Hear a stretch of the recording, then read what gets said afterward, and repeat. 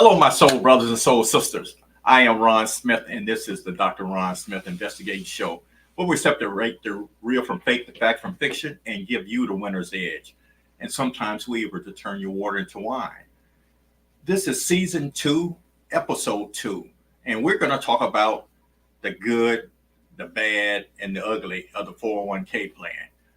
You know, the good is basically it is a qualified profit sharing plan that allows the employees to contribute a portion of their wages into their individual retirement account.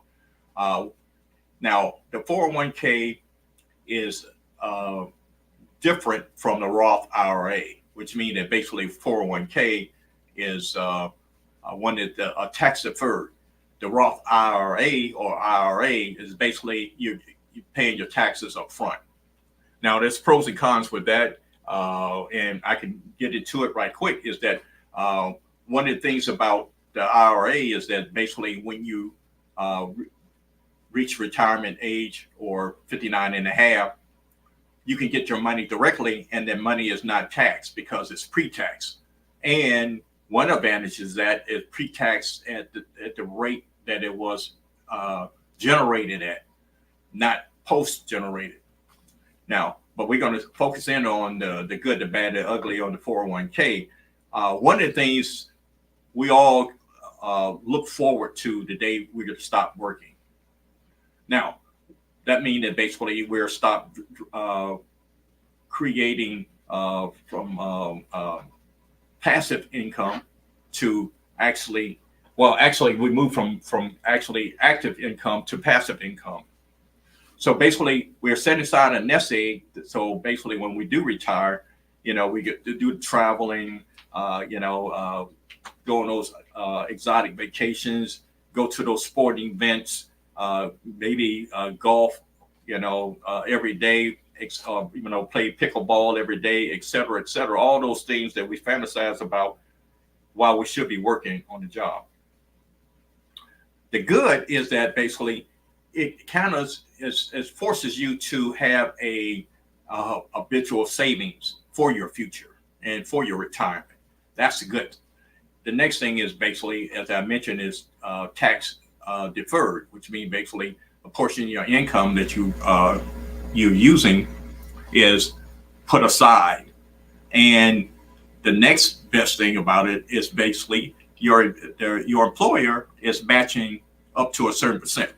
I know during the time that I was actually actively working, the employer was up to 4%. Basically, I can match up to 4%.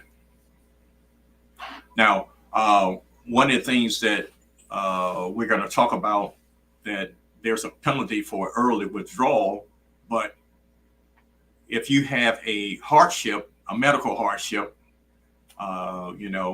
or you needed something for tuition payments, or it can actually prevent, if your home were going to full closure, you can actually use some of that money for that particular incident. The one advantage, which is the good, is basically they use a thing called dollar cost averaging, or basically you pay a fixed amount, whatever your regular payday is for bi-weekly, weekly, or monthly, and you have to pay into a share price regardless. And that's a good thing, which means that basically one day you are going to retire and you're going to need access to funds. And that's a good thing. The bad is basically is one of those things is that this was never designed to be a substitute for your employer's pension. So basically what happened is the big corporations got to Congress, which means, the political action committees petitioned Congress. So Congress enacted the Internal Revenue Code Section 401k, part of the Revenue Act of 1978. And one of the things that I want to really I guess, emphasize is that 401k is not a pension plan. 401k is a section of the IRS code, Internal Revenue Code, that's set aside that basically this amount of money would be deferred tax. And I'm going to expound on that, which is that I think this is bad for the simple fact that everyday workers had to now invest in the stock market, which we have no training. We're talking about military personnel. We're talking about fire personnel. We're talking about police officers. We're talking about teachers. Everyday employees now have to set up a investment plan, or they have to get with somebody to set up an investment plan. It's almost like we were dropped off into the deep end of the pool, and we're going to learn how to swim or drown, or we'd be at the mercy of someone else. So I think this is a bad thing, because now we have to compete against the Wall Streeters, the guys who do this for every day. Now, one of the things that I say is bad, it was originally that the employer had to create a pension plan for their employees, which means the employer took all the risk. Now, the employees are taking the risk when they have to go to the market, which I think that's very unfair. It's almost like they kind of set us up for failure, because we didn't have the training to actually do that and to compete against people who actually invest for a living. Now, I'm going to get into what I call the ugly part, which is that you had set me up to invest into a market where I didn't have literally financial literacy training.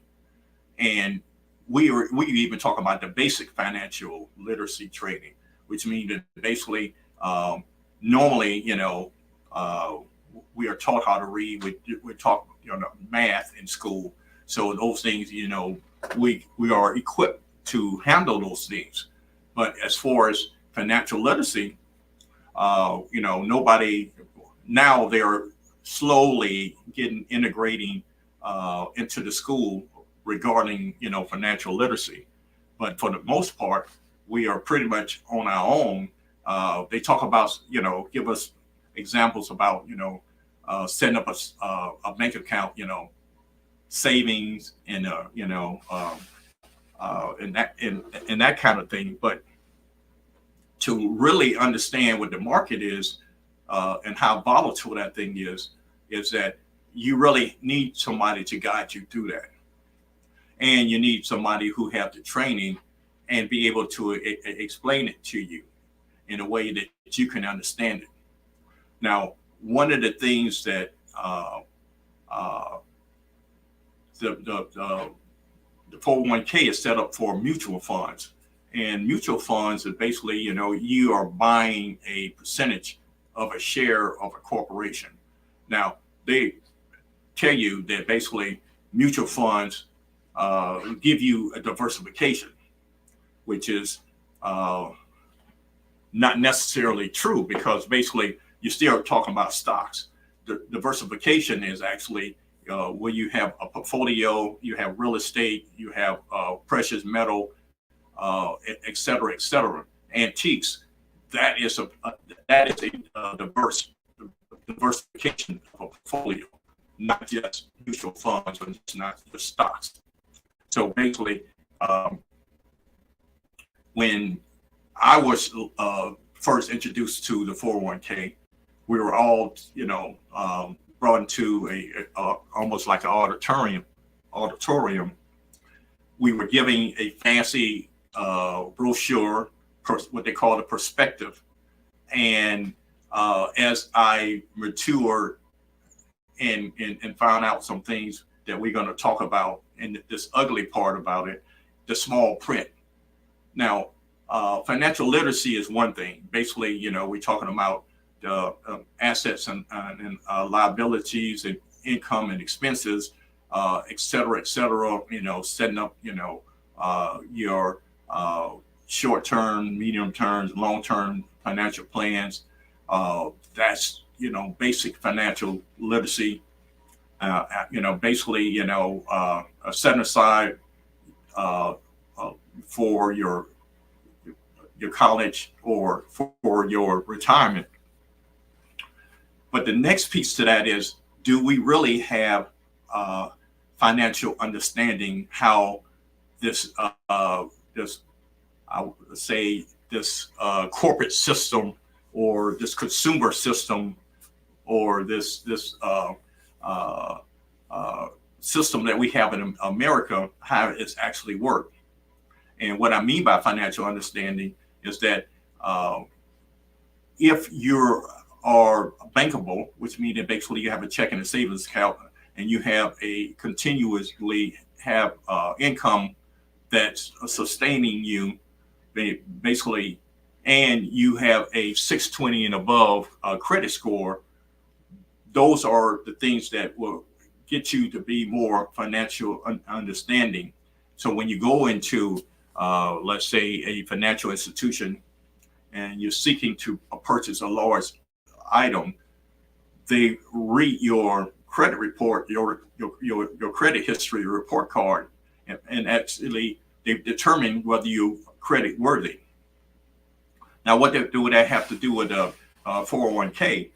Well, a part of that is that, do you really understand how the market and systems and finance actually work in the United States?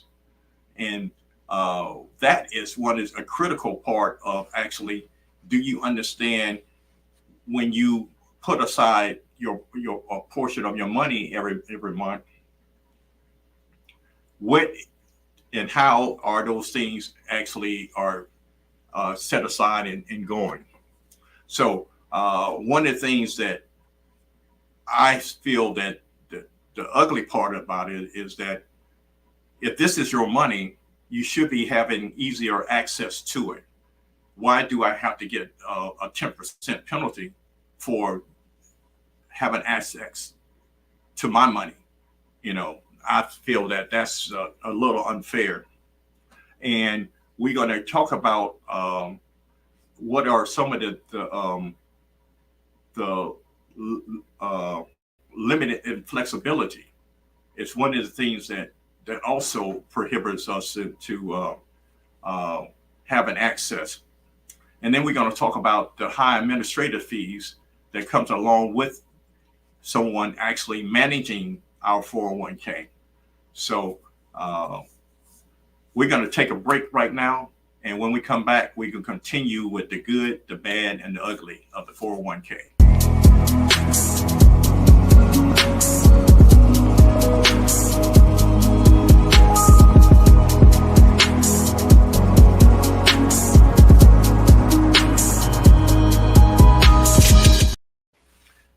Hello, my soul brothers and soul sisters. We're talking about the 401k, the good, the bad, and the ugly. Just a quick recap is that one day, if you're employed, you're going to want to retire. And I'm quite sure you want to retire in style. So what most companies have set up is that they have this qualified profit sharing mechanism called the 401k, which is not a retirement plan.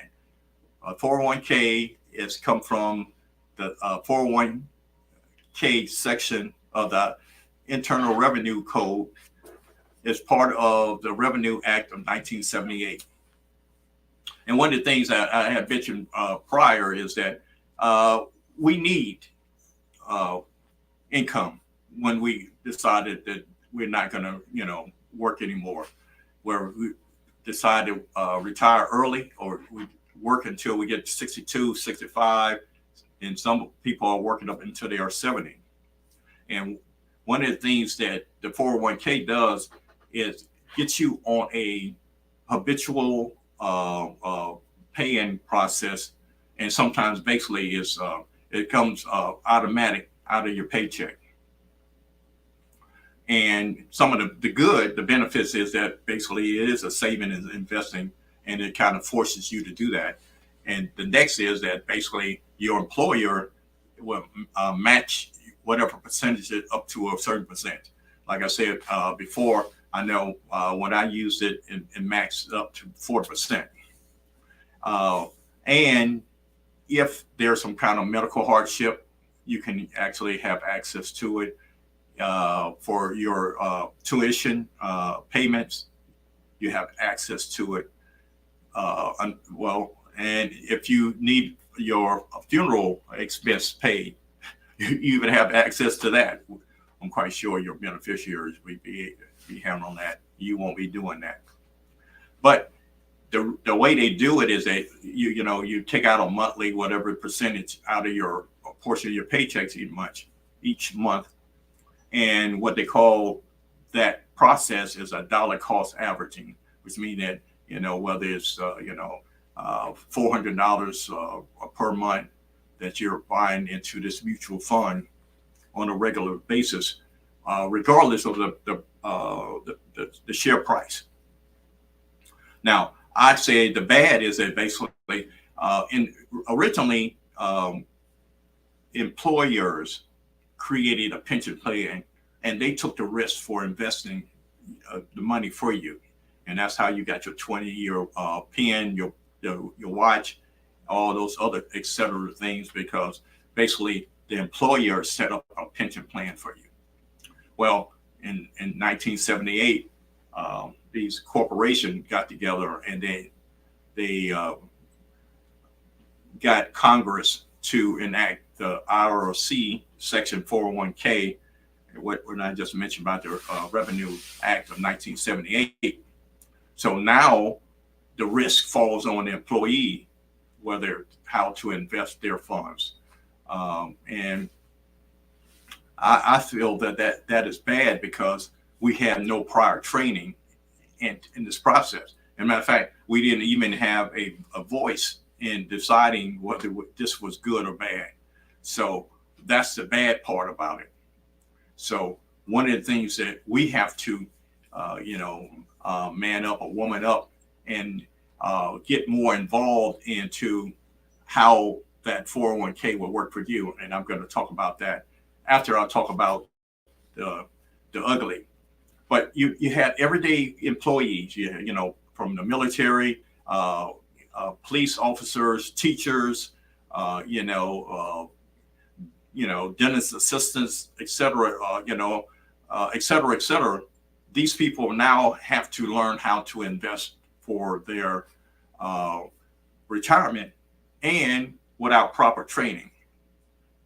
And that's one of the things that I call the ugly part of this, is that it's almost like they set us up to fail, which means that now that we are responsible for that, and now we are taking the risk for that, instead of basically having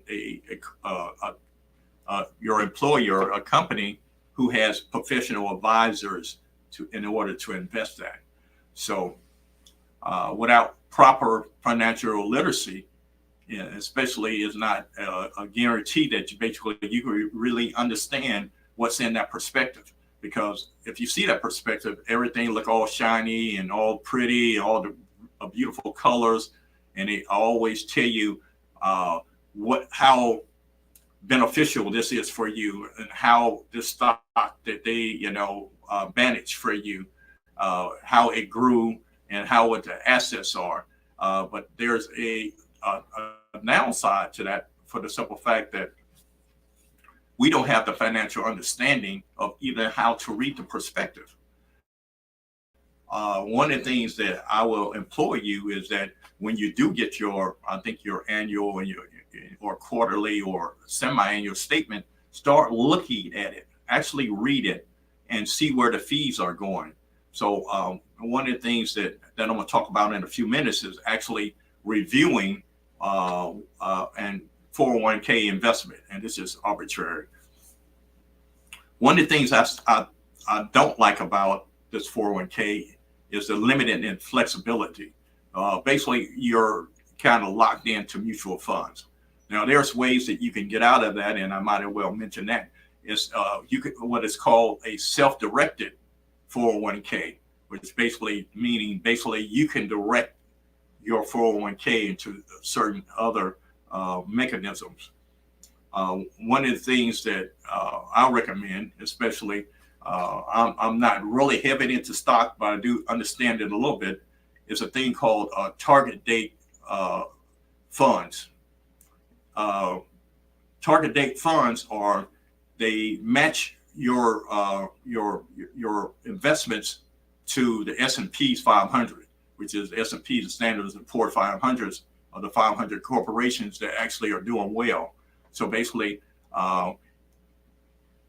if you're a new employee, you could be more aggressive.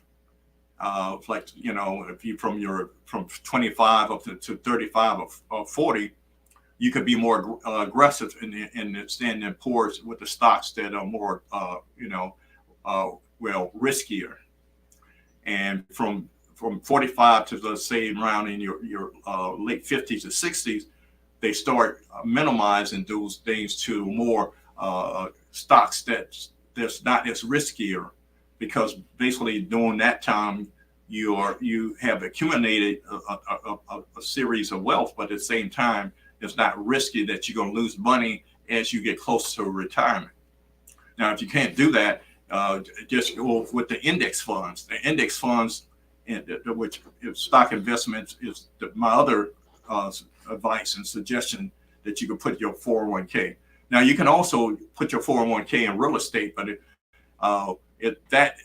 you definitely need to talk to a financial advisor regarding that, which means that basically, as long as you're not receiving any dividends or any royalties or any payments out of that 401k, it should be just fine.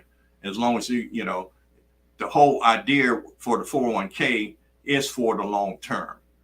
But I just have a problem with somebody controlling my money and I don't have access to it. The 10% early withdrawal fee is one of the issues that I have, but that's just me. But there are, I mentioned earlier, some of the good is that basically if you have a medical hardship, you can use the money. If you have a foreclosure or getting ready for foreclosure, you could use some of your money. And it can also for funeral expenses. So let's talk about the fees. There are basically 4 different types of fees. Generally, they might charge you more or less. But what I did is that, and I don't know if you can actually see that, so I'm gonna read it. Let's say that you had your account. You've been working in this company and you've been paying into it. Let's say you've been $450 or $500 per month, and basically you've been maxing out, and the company been maxing out with you, and your investment account, you created $3,277.70. Now, one of the things that I don't like about the 401k is the administrative fees. One, there's administrative fees, let's say, and these are quarterly fees that I'm gonna read out. It costs $25. Investment fee is at $4.35. Asset and revenue sharing, that's another $2.31. They charge you an audit, fiduciary, and consulting fee, and that's $13.25. So we're looking at $44.91 of fees that they charge you quarterly. Now, one of the things that I know, most of the companies have assets under management. And basically, assets under management is basically you purchase a stock, whether it go up or down, these fees are charged.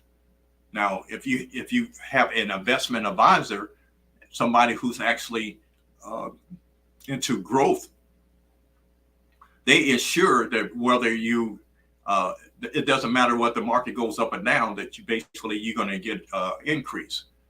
Not so with these companies right here, because they still going to charge you the same fees.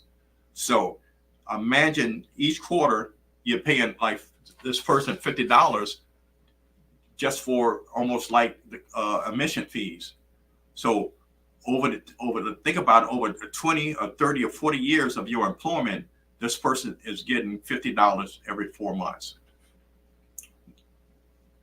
I don't know about you, but I do have a concern with that, because basically that just, to me, is just money for just for a membership fee. You pay it for a membership fee over the and normally from 0.5 to 2% is what they charge you for these fees. And my only concern is that you are paying these fees, and I don't think you're getting the benefits of actually of a professional advisor. It's just that they are managing this total big package of assets, and basically you're footing the bill. Now, that's just my opinion. And when you look at your account, normally those fees are in small print, and basically you see yourself, oh, okay, from 10 years ago, I had $250,000. Now I maybe up to $350,000. Okay, so by the time I get ready to retire, I'm coming up with this $3,200,000 account. But at the same time, do you realize how much you've been paying in fees over those years, and what is the really results of that? So that's the good, the bad, and the ugly of the 401k. And one of the things that originally, the whole plan originally is that your employer was going to pay your pension, and additionally, you was going to get your Social Security, because basically you're paying taxes and Social Security and other things. And the 401k was a three-legged stool that was going to lead you into retirement. It has gotten to a point right now, since it's gotten worse since 1978, that corporation may or may not even make contributions to your 401k. They may leave it up to you. There have been so many different hybrids since that this creation of this I call this 401k pension plan. So the only way that basically you can actually prohibit being further eroded is that basically you take control of your own 401k. Either that basically, I'm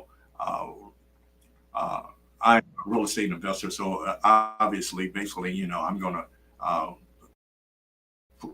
give you that plug that basically the real estate is one of those things that I know for sure we're not going to create any more land. So that's one of the areas that you need to do. Focus in on target date investing, and look at the index funds as far as putting where your money going. Don't just say that I got a 401k plan. You need to make sure the money that you're investing is going to the place where it needs to go, so you can actually grow. Just having a plan and putting your money in is not advantageous for you, because that is not part of the investment. You have to make sure the money is going where is best benefiting you. So that's the good, that's the bad, and that's the ugly of 401k. I know I've been talking about that last season. I said I was going to get into it. So now you have it. So hopefully you shoot me a text or email to let me know basically how I'm doing with that. So thank you for your time. My time is up, and I thank you for yours.